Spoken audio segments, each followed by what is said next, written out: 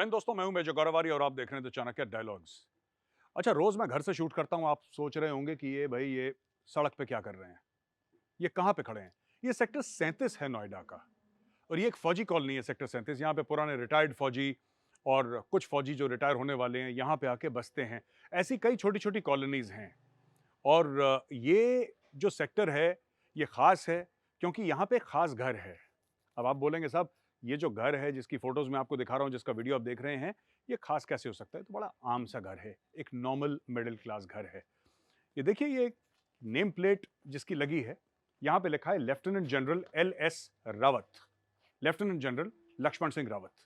आइए, मैं lieutenant general Lakshman Singh Rawat के घर आपको ले चलता हूं, फिर मैं आगे आपको बताऊंगा कि ये हैं कौन।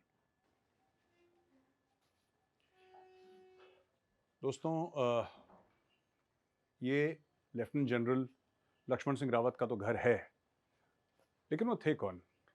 जनरल रावत थे जनरल बिपिन रावत के पिताजी। और ये जो घर है ना, जिसके आगे उनके पिताजी का नाम लिखा है, एक्चुअली जनरल बिपिन रावत का घर है। आप देखेंगे बड़ा सादा सा घर है, और जनरल बिपिन रावत ये चाहते थे कि रिटायरमेंट के बाद यहाँ पे आके सेटल हो जाएं। इस वक्त ये घर में हैं कर्नल JP सिंह। हम कर्नल JP सिंह सर से भी आपको मिलवाएंगे और जनरल रावत के बारे में कुछ जानना चाहेंगे उनसे, और वो हमें बताएंगे कि वो कैसे थे, उनका व्यक्तित्व कैसा था। और ये बहुत जरूरी है लोगों तक ये बात पहुंचानी। और अंत में मैं बताऊंगा कि ये शूट मैं क्यों कर रहा हूं, इस शूट का पैगाम क्या है। तो दोस्तों, इस वक्त मैं जनरल बिपिन रावत सर के घर पे बैठा हूं यहाँ पे, और ये इनका घर है जो उनके पिताजी जनरल लक्ष्मण सिंह रावत के नाम पे था। तो लेफ्टिनेंट जनरल लक्ष्मण सिंह रावत के बाद ये घर जनरल बिपिन रावत को मिला, क्योंकि वो पुत्र थे, उनके बेटे थे। मेरे साथ कर्नल JP सिंह सर हैं, जो इस घर में फिलहाल रह रहे हैं। सर, बहुत बहुत स्वागत है चाणक्य डायलॉग्स में आपका सर, और बहुत बहुत धन्यवाद सर, आपने हमें मौका दिया घर में शूट करने के लिए। Welcome, thank you. सर, आप जनरल रावत को कब से जानते हैं सर? जनरल रावत से मेरा काफ़ी समय से परिचय है, जब वो सेवा में थे। जी। और उसके बाद 2008 में जब मैं रिटायर हुआ हूँ, तब उनसे जो है मेरा परिचय काफ़ी, जो उनसे इंटरेक्शन है काफ़ी बढ़ गया था। क्योंकि रिटायरमेंट के बाद मैं भी इधर ही रह रहा था, सेक्टर 37 में। जी।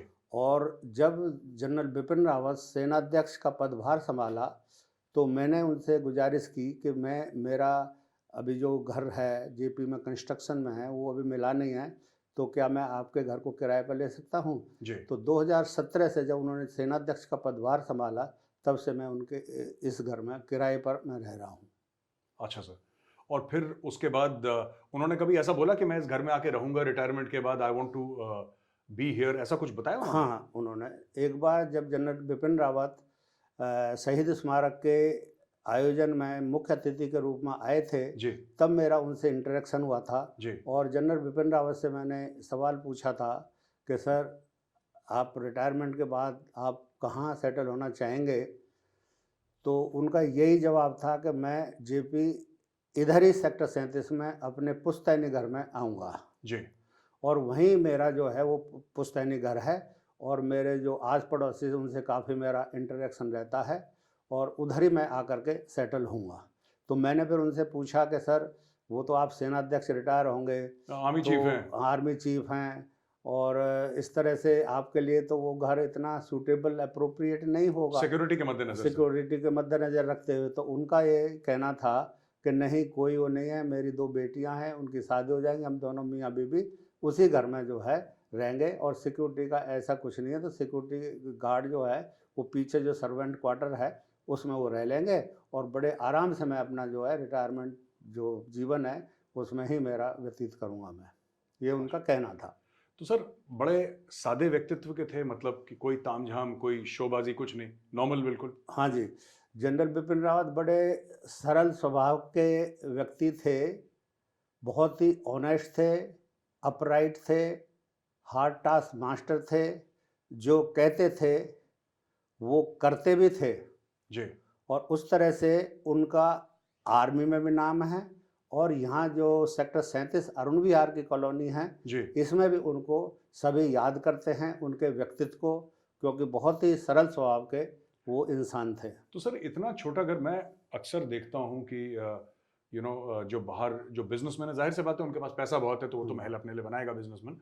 लेकिन मैंने देखा जनरली इंडियन आर्मी के जनरल्स हैं, जनरली 99%, हाँ unless he belongs to a wealthy family, पीछे से कोई खानदानी बहुत पैसा है, 99% के घर तो नॉर्मल ही हैं सर, मतलब बड़े आम से नॉर्मल साधारण से घर हैं। और ये तो जनरल बिपिन रावत तो he was after army chief, he CDS sir. हाँ, आपने सही कहा। मैं भी काफ़ी सर्विस के दौरान और इवन आफ्टर रिटायरमेंट जनरल्स के घर आना जाना रहता है, किसी ना किसी काम के लिए कभी हमारा इंटरेक्शन होता है। तो आमतौर पर इंडियन आर्मी के ऑफिसर्स और अफसरान मिडिल क्लास फैमिली से ही आते हैं। ज्यादातर सर, और बिल्कुल। हाँ, और जनरल्स के जो मैंने घर देखा है वो सिंपल और बड़े अच्छे तरीके से मेंटेन, लेकिन घर में कोई उस तरह से बड़ा महल या बंगलो टाइप का उनका रहने का कोई ऐसा उनकी इच्छा नहीं होती है। अभी मैं जितने भी जनरल से मेरा इंटरेक्शन हुआ है, सिंपल घर में वो अपना रह रहे हैं। इवन रिटायरमेंट के बाद भी उनका फ्लैट है। किसी का मैं गया हूँ, किसी का फ्लैट 8वीं मंजिल पर है, किसी का फ्लैट 6वीं मंजिल पर है। और जहाँ आप बैठे हैं जी ये भी ग्राउंड फ्लोर का घर है, इसमें भी इस घर के ऊपर 2 फ्लैट्स और हैं। जी, तो बड़े वो किसी और के हैं सर। हाँ, आर्मी के जनरल्स बड़े ईमानदार और सरल व्यक्तित्व वाले होते हैं। उनका कोई ऐसा दिखावा इस टाइप से जी। कुछ होता नहीं है। अच्छा सर, आसपास आप बता रहे थे एक पार्क भी है जहाँ पे जनरल रावत जब आते थे तो कहते थे मैं घूमने जाऊंगा पार्क में। हाँ बिल्कुल। वो कौन सा मैं- पार्क है सर, ये पीछे ही है? हाँ, इस घर के पीछे जो पीछे का दरवाजा वो पार्क में खुलता है। जी और वो बहुत ही अच्छा मेंटेन है। जब जनरल बिपिन रावत के फादर जनरल लक्ष्मण सिंह रावत जीवित थे, जी। तब उन्होंने इस पार्क को, उन्होंने भी उसका योगदान था इसको डेवलप कराने में। अच्छा और वो भी घूमते थे।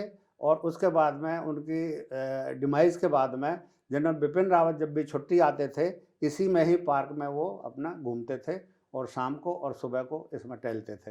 अच्छा सर, जनरल रावत की 2 बेटियां हैं सर, एक की शादी हो गई, दूसरी हाँ जी। दिल्ली में है। जो मुझे बताया गया, मुझे ये बताया गया कि जैसे किसी भी आर्मी में कोई भी अफसर है, कोई भी रैंक है, अगर ड्यूरिंग ड्यूटी अगर उनकी मृत्यु हो जाती है, इस दुनिया से चले जाते हैं ड्यूटी में, तो 3 साल तक एक सरकारी अकोमोडेशन मिलता है, सरकारी तौर पे, जहाँ पे आप रह सकते हैं।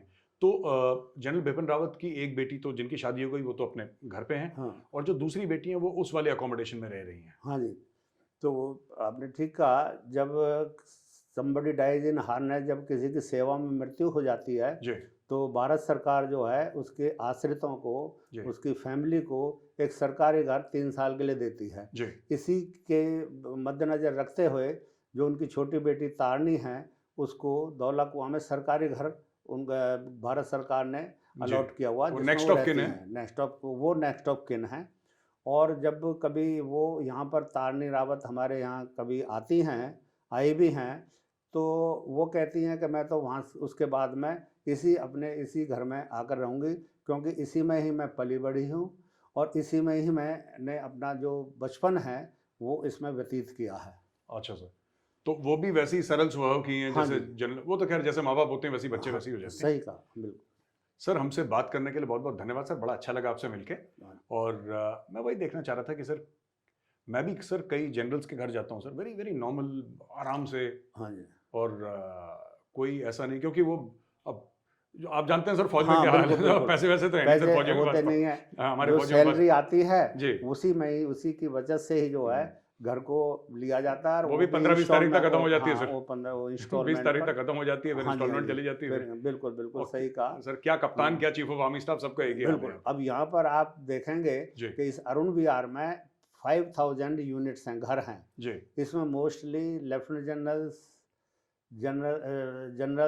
मेजर जनरल्स, ब्रिगेडियर, सभी मिक्स माहौल में जी यहाँ पर रह रहे हैं। जी और बहुत ही अच्छे सरल स्वभाव से जी हमारा, उनसे जो सीनियर अधिकारी हैं जी रिटायर्ड, उनसे बहुत ही सरल स्वभाव के वो व्यक्तित्व वाले लोग हैं। जी और बहुत अच्छा इंटरेक्शन उनके साथ हमारा रहता है। जी बहुत ही अच्छा हम जो है यहाँ पर तरीके से जो है अपना जीवन व्यतीत कर रहे हैं, रिटायरमेंट लाइफ जो है जी जी रहे हैं, सभी के बीच में, सीनियर ऑफिसर्स के बीच में। जी और हम यहाँ पर इवन इस अरुण विहार में जी नायक से लेकर के सूबेदार मेजर तक के भी घर हैं सब, इसी अरुण विहार में। और सब एक साथ सब रहते एक साथ जो है बड़े अच्छे तरीके से जी हम लोग रहते हैं। बहुत ही अच्छी जो है ये अरुण विहार की कॉलोनी है जी। फौजियों की। Right. और इसी अरुण विहार की फौजियों में बता देना चाहता हूँ कि इसी अरुण विहार की कॉलोनी की वजह से आज नोएडा इस मुकाम पर पहुंचा हुआ है। जी क्योंकि सबसे पहले way back in 1980 early 1980s में जब फौजी रिटायर हो रहे थे तो यहाँ इन घरों को आकर के ऑक्यूपाई कर रहे थे। जब ऑक्यूपाई होने लगा तो नोएडा पूरा जंगल था, देख देख करके फौजियों को और भी आकर के यहाँ पर जो अगल बगल के सेक्टर्स में बसने लगे। और आज किस मुकाम पर, किस हाइट पर नोएडा पहुंचा हुआ है, ये सब फौजियों के देन है। सर, मैं आपको एक बात अंत में एक और बात बता दूं सर, आपको तो पता ही है, मुझसे बेहतर पता है, मेरे सीनियर है कि ये हर जगह होता है सर। हाँ जी। ये पहले जैसे धौला कुआं है सर, हाँ जी। पहले तो एयरपोर्ट अलग था। हाँ जी। धौला कुआं उधर एयरपोर्ट नहीं था जहाँ पे आज T1 T2 T3 है। बिल्कुल। Airport was elsewhere sir. तो यहाँ पे फौजियों को डाल दिया। यहाँ पे तो उस धौला कुआं में जहाँ पे कैंट था वहाँ पे कीकड़ के पेड़ थे और रात को सियार बोलते थे सर। वो बिल्कुल ऐसा एरिया था कि कोई जाना पसंद नहीं करता था। फौजियों ने अपनी मेहनत से एरिया बनाया और ये लगभग हर एक कैंटोनमेंट की कहानी है। हाँ जी। फिर क्या हुआ कि फौजी वहाँ पे सेटल हो गए, वहाँ पे स्कूल आ गए, वहाँ पे फौजियों ने अपना इंफ्रास्ट्रक्चर बना दिया। इंफ्रास्ट्रक्चर बनाने के 10, 15, 20 साल के बाद वहाँ पे और लोग भी सेटल हो गए। So this is true for almost every place and I think Arun Vihar ने नोएडा के लिए जो काम करा है सर वो तो दुनिया याद रखेगी। बिल्कुल सही। तो सर हमसे बात करने के लिए बहुत बहुत धन्यवाद सर आपका। Such a pleasure and a privilege speaking to you, great honour sir. Thank you very much. Thank you and you are welcome. Thank you. तो दोस्तों अब हम आपको ले चलते हैं घर के बाहर और अपने दिल की 2 बातें मैं आपके साथ शेयर करता हूँ। आइए मेरे साथ। तो दोस्तों ये था जनरल बिपिन रावत का घर और मैं आपसे ये भी कहना चाहता हूँ कि देखिए, लोग कहते हैं ना कि इंडियन आर्मी, कई मैं पाकिस्तानियों से बात करता हूँ तो बोलते हैं साहब 71 की लड़ाई थी तो आपके पास असला ज़्यादा था, आपके पास मैन पावर ज़्यादा था। मैं उनसे कहना चाहता हूँ कि ये तो ठीक है कि असला ज़्यादा था, मैन पावर ज़्यादा था, ये सब सच है, इसमें कोई झूठ नहीं है। लेकिन ये भी सच है कि इखलाक ज़्यादा था, ईमानदारी ज़्यादा थी।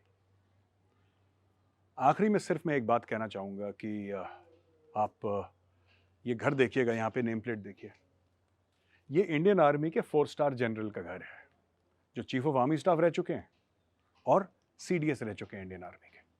मैं पाकिस्तानी यूट्यूबर्स, आप लोग इतने अच्छे अच्छे प्यारे प्यारे वीडियोस बनाते हैं, मैं देखता हूँ, मैं बहुत एडमायर करता हूँ आपको।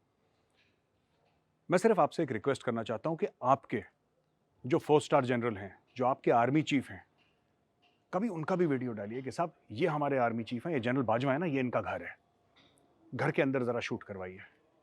जनरल अशफाक परवेज़ कयानी, जनरल परवेज़ मुशर्रफ, आप जाइए अपने जो जनरल्स हैं उनके घर दिखाइए और तब मैं आपको बताऊंगा कि ये जो हमारे मुल्कों में जो अनफॉर्चुनेटली लड़ाई झगड़े का साइकिल है और जो आप लोग कहते हैं ना इंडियन आर्मी ये करती है, मैं फिर से वही बात कहूंगा जो मैंने बहुत पहले बोली थी।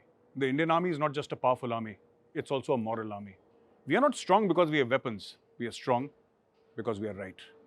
तो दोस्तों, जब भी शुरुआत के प्रोग्राम के और एंड में मैं हर समय ये कहता हूँ कि ये वीडियो देखने के लिए बहुत बहुत धन्यवाद और लाइक करिए, सब्सक्राइब करिए। मैं आपको आज ये सब नहीं बोलूँगा, मैं लाइक और सब्सक्राइब की रिक्वेस्ट आपको नहीं करूँगा। मैं सिर्फ ये बोलूँगा कि जिस तरीके से जनरल बिपिन रावत ने अपना जीवन बिताया, या आर्मी के जनरल्स और भी हैं जिन्होंने अपना जीवन ऐसे बिताया है सादगी से, आई थिंक वो हमारे लिए, सबके लिए बहुत बड़ा सबक है। और ख़ास तौर से जो हमारे वेस्टर्न नेबर्स हैं पाकिस्तान में, उनकी फ़ौज के लिए एक सबक है। The Indian army serves the people of India. जो भारतीय सेना है वो भारत के लोगों की सेवा करती है, भारत के लोग भारतीय सेना की सेवा नहीं करते। और ये सबसे बड़ा फ़र्क है इंडियन आर्मी और पाकिस्तानी आर्मी में। जय हिंद, वंदे मातरम, भारत माता की जय।